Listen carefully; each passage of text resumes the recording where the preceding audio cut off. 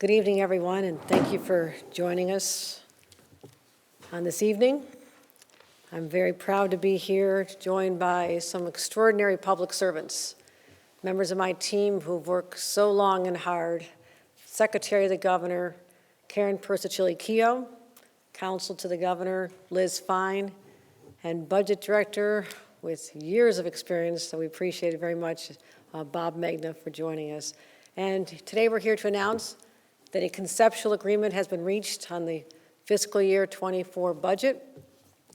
And I want to first of all give a heartfelt thank you to my partners in government, the leader of the Senate, Andre Stewart-Cousins, the Speaker of the Assembly, Carl Hastie, and their teams. They have worked extraordinarily hard as well, and they should be proud of the work they've accomplished. A lot of long nights, a lot of lengthy discussions, difficult discussions, 7 days a week. But I am so confident that we've assembled the greatest team to work together to put forth a plan that is a blueprint for the future of New York. And I know this budget process has taken a little extra time, but our commitment to the future of New York was driving this. And I believe today we'll be able to unveil the concepts of a framework that'll reveal that what was important is not a race to a deadline, but a race to the right results. I'm going to take a little bit of time to talk about how this budget will position us for generations to come. I laid out a bold vision, a way to make New York safer, more affordable, and more livable. It's what I call the New York dream. And sadly, this dream has been elusive for too many New Yorkers.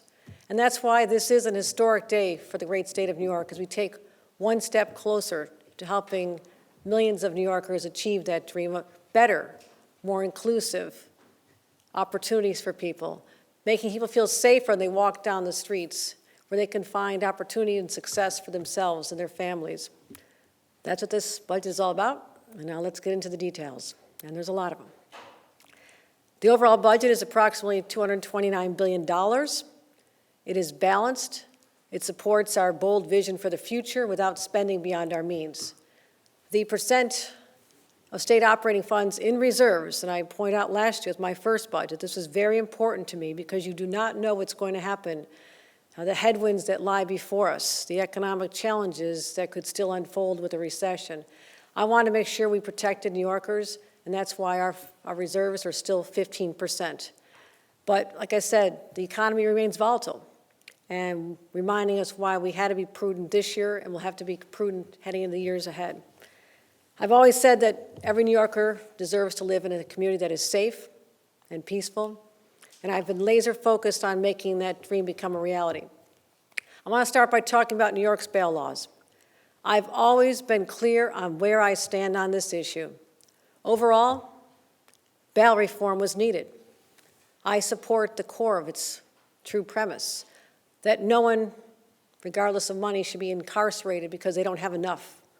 Accused of the same offense as another individual, one goes free, one goes to Rikers or another jail, simply because they don't have enough money before they've been determined to be guilty. But I do believe that judges should have more authority to set bail and detain dangerous defendants.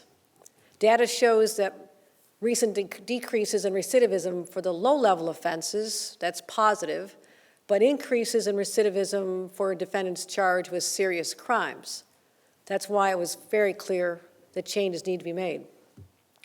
I'm here to announce that we've made improvements to our bail laws. The agreement removes what is known as the least restrictive means standard, which many judges have said tied their hands.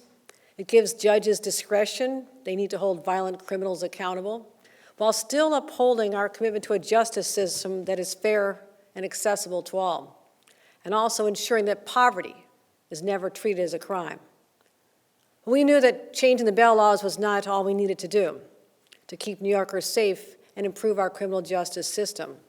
That's why we're investing in this budget $40 million for public defenders to help them retain staff and enhance the services they provide to vulnerable New Yorkers. Also, for the first time in 2 decades, we're giving a pay increase to assigned attorneys who represent individuals unable to afford their own counsel. We're also supporting investing in violence prevention and doubling down on what we know works. The gun-involved elimination initiative known as GIVE, where we send money to communities, and I've seen this work. I've been out in communities like Rochester and Syracuse where this has been successful. I'm proud to announce the largest investment in this successful program. When I first became governor, the investment was $6 million. This year it'll be $36 million. I also want to make sure that our state police have the resources they need to protect New Yorkers, increasing our stabilization units, increasing a number of state police classes, but also making sure that we support our district attorneys as well, ensuring that they have $40 million to do their jobs as well. When it comes to keeping people safe, there are common sense places we can start as well. One of them has to do with fixing our mental health system, because it is broken. The rates of mental illness have been on the rise, and the pandemic only made matters far worse. Too many people can't get the care they need, and for too long we've underinvested in mental health. Today marks a reversal in our state's approach, a monumental shift. That's why I'm proud to announce that our budget accomplishes over $1 billion and makes critical policy changes to finally and fully meet the needs of New Yorkers. That'll include an investment to create 1,000 inpatient psychiatric beds to serve more than 10,000 New Yorkers a year, investing $60 million in capital and $122 million in operating and outpatient services, allowing patients to be reintegrated into communities and society, supportive housing, 3,500 units. We also know that healthcare often doesn't cover mental health care. So my budget, as proposed, will prohibit insurance companies from denying access to critical mental health services. We're also going to focus on children's health, children's mental health. They need services now. You give them the services now, you keep them from needing more serious services in the future. So our $30 million investment will help meet the needs of our children and hopefully cut the demand for services by half over the next 5 years. We're also expanding Medicaid access with a $100 million investment for preventative and primary care. We're making the largest Medicaid rate increase in 2 decades, investing in hospitals, nursing homes, assisted living centers, all to stabilize our state's healthcare system. Last year, we invested over $3.9 billion in 4 years to help our distressed hospitals. This year, we're making an additional $500 million investment to ensure they have the resources they need to provide this care. But you can't talk about health care without talking about reproductive health care. And as we saw this past month, extremist mega judges and legislators won't stop just at overturning Roe v. Wade. They want to implement a national abortion ban and dismantle reproductive health as we know it. But we remind everyone this is New York, the birthplace of the women's rights movement. And as long as I'm governor, this will continue to be a place that is a sanctuary to protect women's rights, and abortion will remain safe, accessible, and legal. We're bolstering that commitment with $100 million in new funding to protect reproductive health care and solidify our historic standing as New York's first safe harbor state. I'm proposing 2 pieces of legislation within the budget. We'll be passing them shortly. Increasing access to abortion care for students at public universities and protecting access to over-the-counter contraception at state pharmacies. The legislation recognized the urgency of these bills and passed them already. I look forward to signing them in the coming days. Now let's turn to another matter. The key to our kids' future is a high-quality education. Last year, we worked with legislators and invested over $31 billion in school aid, more than ever before. This year, we're breaking records again because we have to. Our kids and our teachers still need our help. Kids are still struggling after the pandemic. Our teachers have been through so much. So to get schools back on track, we're providing $34.5 billion, the largest investment for schools in state history. This includes $2.6 billion in foundation aid for a record of $24 billion. delivering on my promise to fully fund that formula for the first time ever. Now, just to put it in context, foundation wage was first implemented over 16 years ago. It took this long to help those high-need schools get what they needed, and finally we're doing that with this budget today. But also for kids to be successful in school. They can't sit there with their stomachs growling. They're hungry. They need nutritious food to focus and thrive. The budget provides $134 million to serve low-income populations so kids can eat breakfast and lunch at school at no charge at all, regardless of their family income. We're also increasing the number of charter schools, the zombie schools, to give schools more choice. We want to make sure that children are poised for success when they graduate from high school and giving parents the options they've been asking for. We're also investing $20 million in early education high school, P-TECH programs, helping kids earn college credits while they're still in high school. I've seen this work. It's an incredible program in prioritizing high-needed districts. But also I want to make sure, and I've said this before, I want to restore the preeminence of our public higher education system. It's been disinvested in for decades. I want this to be a shining star for all New Yorkers, something we all can be proud of. And that's why we're making, once again, significant investments in SUNY's transformation and CUNY's strategic needs. $2.4 billion for new capital projects, $381 million in capital support, as well as we're establishing a state matching fund for endowment contributions to provide long-term funding for the university centers. But also, you think about our kids, we need affordable, accessible childcare. As the first mother to lead this state, this is something that's personal to me. I know what happens when you don't have affordable, accessible childcare. And so, on behalf of all the parents, this one's for you. We want to make sure that you have what's available to you, because right now, less than 10% of parents eligible for childcare assistance are actually using those resources. Think about that. The money's been there, the resources have been there, but only 10% of eligible parents are taking advantage of this. But it's all changing with this budget. We're expanding eligibility. We're raising the income limit so we can have 113,000 more families with their children eligible for this assistance. On top of that, we're lowering the amount of money that parents would have to pay for child care and making sure that we're expanding, once again, for the first time ever, expanding the child care tax credit to include children under 4 years old. Up until now, that tax credit has only been available for children 5 and up. When you think about young parents, the cost of diapers and formula, it's more expensive for those little ones. So this is going to help our families in dealing with the affordability crisis that we said we'd address. So we're going to make sure that they have more options and help deal with this by helping parents any way we can. And also, let's talk about another way we can deal with the affordability issue. I tackled this. I said I'll find any way we can to help reduce the cost of living in our state. The average cost of monthly goods and energy for low-income households has increased by more than 13% in the last 2 years. That's a huge increase for people. It's clear that high inflation is pushing the most vulnerable New Yorkers to the breaking point. So starting in 2024, we're changing that.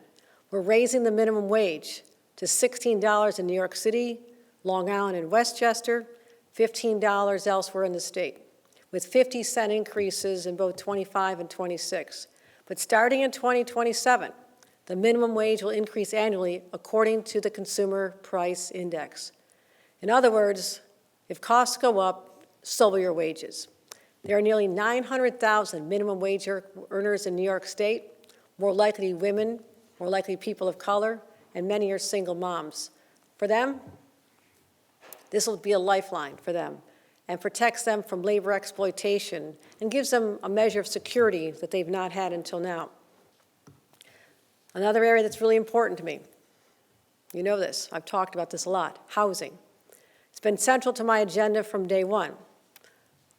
We have a crisis for far too many New Yorkers. Affordable housing, their rent, their mortgage, it's out of reach. And we've simply not kept up with demand. And that drives up costs, basic supply and demand, and it prices out middle and low-income families from the dream of home ownership. That's why I proposed a bold housing plan. And I believe major action is required to meet the scale of this crisis. The legislature saw it differently. They're not ready to commit to the kind of transformative change I proposed. And I know change can be hard, but we're not walking away from this issue. And I won't stop working hard and fighting until we make housing more affordable for New Yorkers.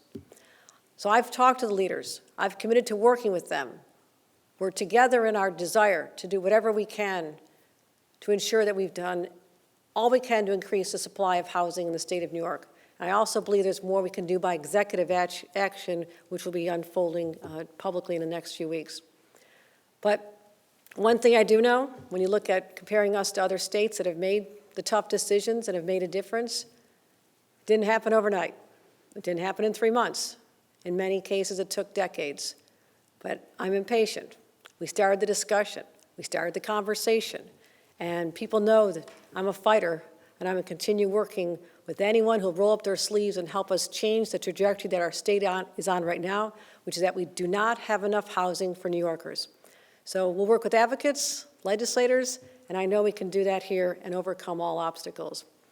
So let's help the people who are struggling right now, those who fell behind their rent during the pandemic. We're adding $391 million in additional funding. We're expanding the Emergency Rental Assistance Program to make rent relief available for people living in public and subsidized housing. They were left out of the earlier programs based on earlier formulas.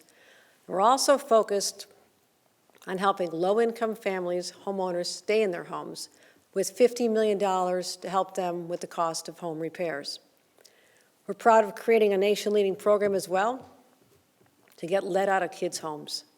And this has been a real driver of disparate outcomes in children's mental health, their academic ability, and that's why it's so important that we reduce lead poisoning in our homes across the state.